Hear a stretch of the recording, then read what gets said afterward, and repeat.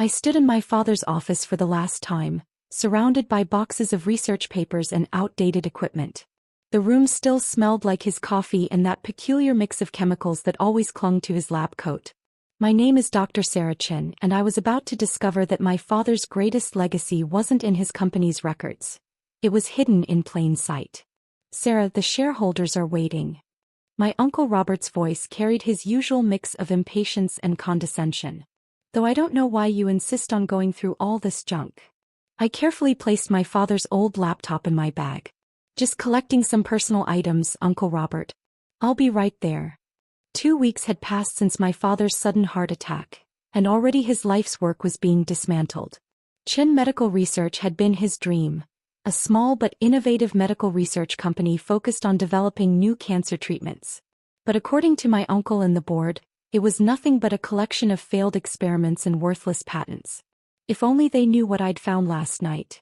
The shareholders' meeting room was packed with vultures in expensive suits, all eager to pick apart what remained of my father's company. I took my seat quietly, watching as Uncle Robert took the podium.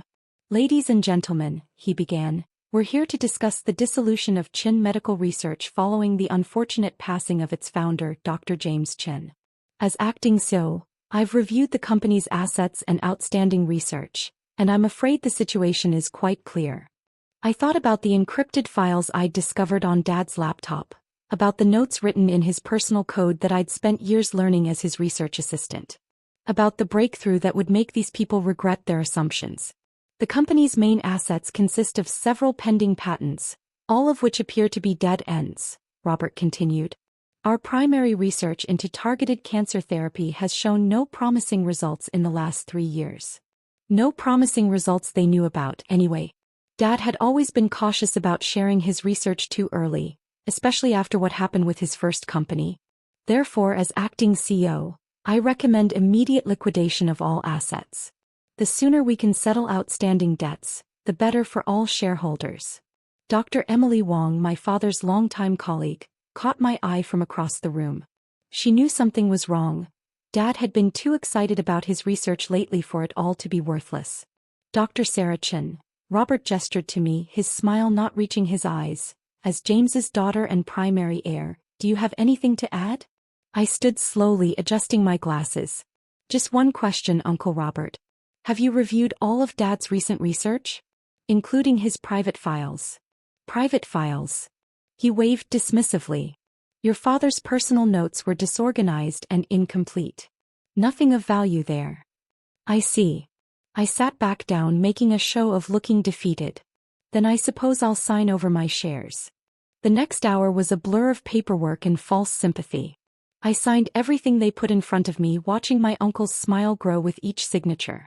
To him, this was the perfect ending. He'd finally beaten his more successful brother, even if it had taken death to do it. Back in my apartment that evening, I carefully set up Dad's laptop. The encryption was complex, but he taught me well. Layer by layer, I uncovered what he'd been working on in secret for the past year. "Oh my God," I whispered, staring at the screen. "You actually did it, Dad." My phone buzzed, Emily Wong calling. "Tell me you found something," she said without preamble. "James was too excited last month for it all to be nothing." "I found everything, Emily. And I need your help. Can you come over?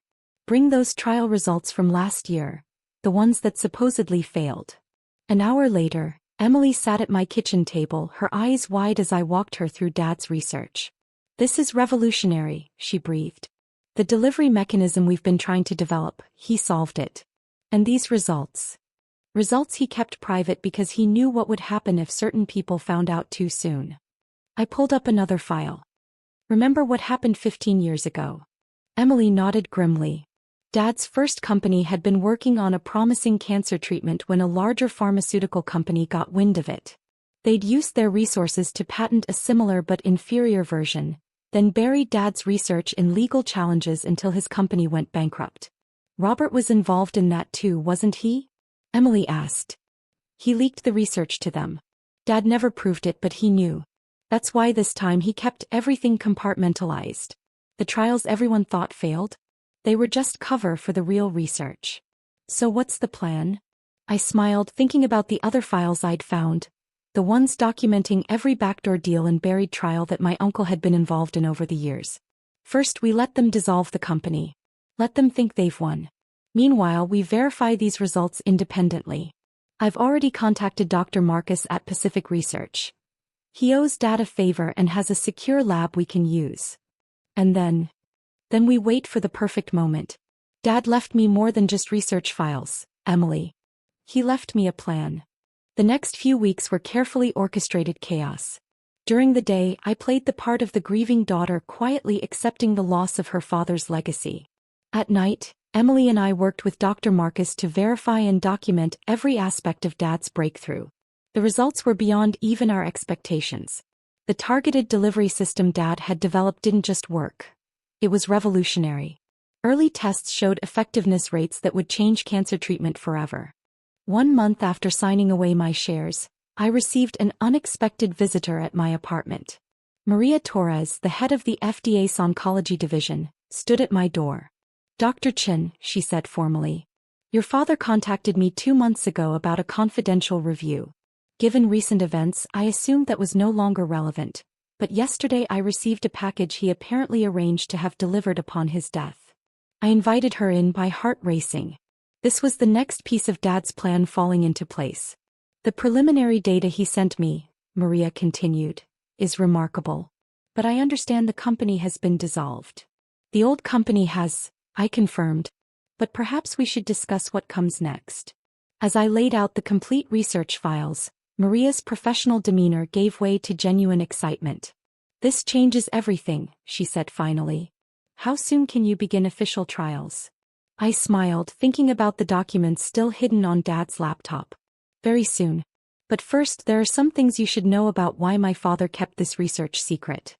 2 months after signing away my worthless inheritance, I sat in Dr. Marcus's secure lab, reviewing the latest test results. Everything was proceeding exactly as Dad had predicted in his notes. "These efficacy rates are unprecedented," Emily said, examining the data. "The targeted delivery system isn't just working, it's revolutionizing how the treatment interacts with cancer cells." My phone buzzed, a message from Maria at the FDA. "Fast-track approval process initiated. Board meeting tomorrow. Everything ready." I smiled, thinking about the carefully timed press releases and patent filings we'd prepared. Time to start phase 1. The next morning, I walked into Pacific Research's main conference room, where Dr. Marcus had arranged an emergency board meeting. As expected, several major pharmaceutical company representatives were present, including Victor Chong from Medicorp, the same company that had destroyed my father's first business. "Dr. Chen," Victor nodded condescendingly. "I was surprised to hear you're working with Pacific Research now. Given the unfortunate end to your father's company." "Life is full of surprises," I replied calmly, setting up my presentation. "Speaking of which, how's Medicorp's Cancer Research Division doing? Still working with those outdated delivery systems?" Before he could respond, Dr. Marcus called the meeting to order. "Ladies and gentlemen, we're here today to witness something extraordinary. Dr. Chen, please proceed." For the next hour, I laid out the complete research findings. The revolutionary delivery system, the unprecedented success rates, the minimal side effects. With each slide, the room grew more tense. "This is impossible," Victor interrupted. "These results can't be real. Our own research showed this approach was unfeasible." "Your research," I replied, pulling up another slide, "was based on incomplete data. The same incomplete data you used 15 years ago to undermine my father's first company."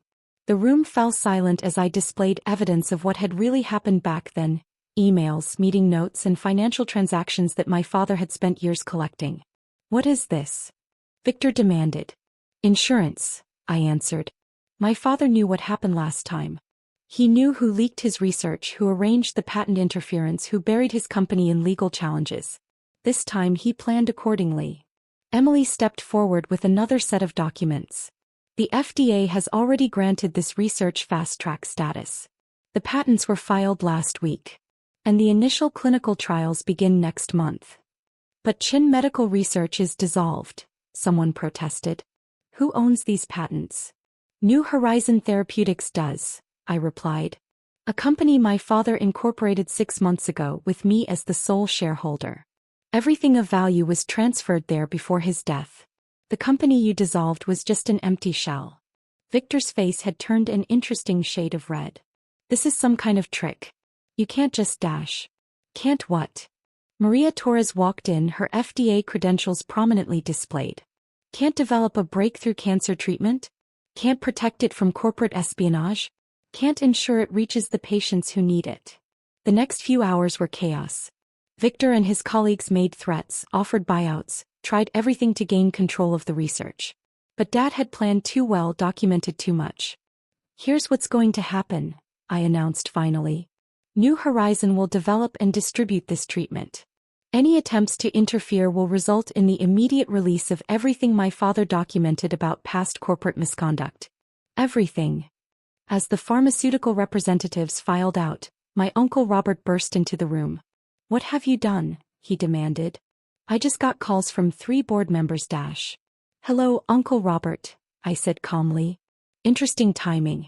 We were just discussing corporate espionage and leaked research. He froze, finally noticing Maria Torres and the documentation still displayed on the screen. You knew, he said quietly. All this time you knew. Dad knew, I corrected him. He knew 15 years ago that you were the one who betrayed him. He spent years gathering evidence, preparing for the next breakthrough. He knew you'd try to take this one too. The company, the dissolution, was exactly what we wanted. You were so busy grabbing what you thought was valuable, you never noticed what really mattered. I handed him a folder. By the way, these are copies of everything Dad documented about your involvement in the Medicorp scandal. I suggest you consider retirement. The aftermath was more satisfying than any revenge could have been. New Horizon Therapeutics became the talk of the medical research world. The clinical trials exceeded even our optimistic projections. Within a year we were partnering with research hospitals worldwide. Uncle Robert did retire quietly and immediately. Victor Chong resigned from Medicorp after certain documents mysteriously found their way to their board of directors. The old guard who had tried to bury my father's research found themselves obsolete. Emily became our chief research officer, leading the teams that would develop the next generation of treatments.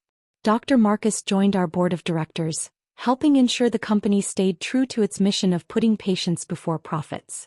One evening, as I sat in my new office reviewing the latest trial results, I found a hidden file on Dad's laptop that I hadn't noticed before. It was dated just weeks before his death. My dearest Sarah, it began. If you're reading this, then everything has gone according to plan. You found the research, protected it, and ensured it will help people the way we always dreamed. But more importantly, you've learned the lesson I always tried to teach you.